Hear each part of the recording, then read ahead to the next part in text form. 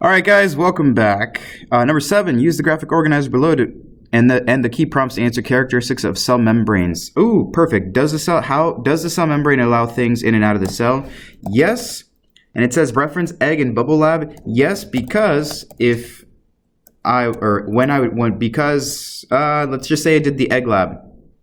When I did the egg lab, fluid from the egg was released and absorbed in 2 different solutions.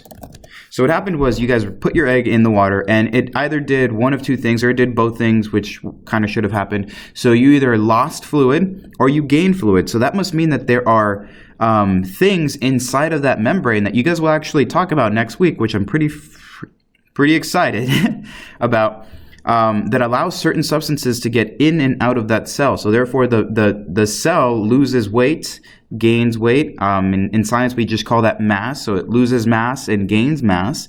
And if you did the bubble lab, what happened was you were able to poke your straw through and you were able to set certain things on top of it and you were able to transport things in and out. If you guys did that whole string where you placed the string on top of the bubble, pop the inner portion of that string, you were able to transport things in and out. So some kids ended up sticking their fingers through it without popping the actual cell membrane.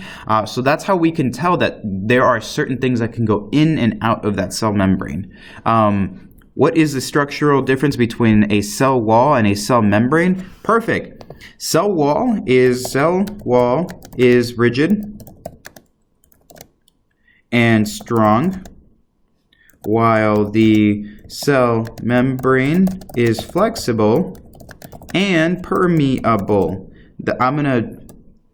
And selectively. Now, I'm going to go ahead and highlight this because this is going to be a vocab word that you're going to use next week. Selectively permeable means that only certain things can permeate or pass into the membrane. Perfect. Okay, number 8, label the following diagram. Let's see if I can label these pretty quickly. A is going to be the inside portion. It is a cell membrane.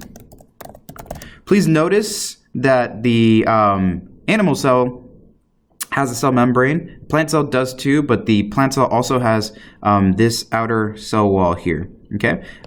B. Let's hit the B.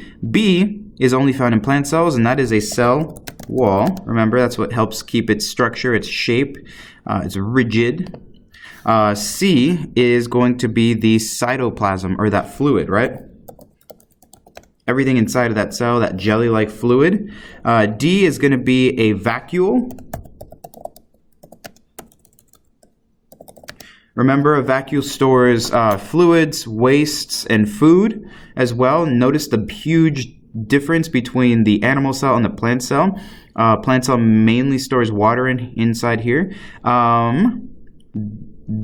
Letter E is going to be the nucleus. It's where the DNA is stored. Letter F. Let's see. Oh, poo. Letter F is going to be, I'm going to go ahead and say peroxisome.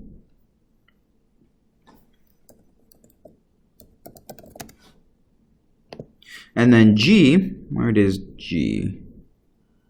G is going to be the centrioles. That's what helps separate the cells during mitosis.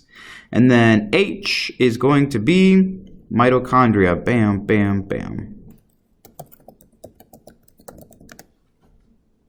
Actually, you know what? I'm going to go ahead and change F because it's only found, I just noticed that it's only found in the plant cell. This is more than likely, this is a poor drawing and this is my fault for picking this illustration. This is actually a chloroplast. It's basically what makes sugars out of sunlight. So only plants have it, and photosynthesizing bacteria do as well. So it draws energy from the sun and it makes sugar. All right, end the videos, guys.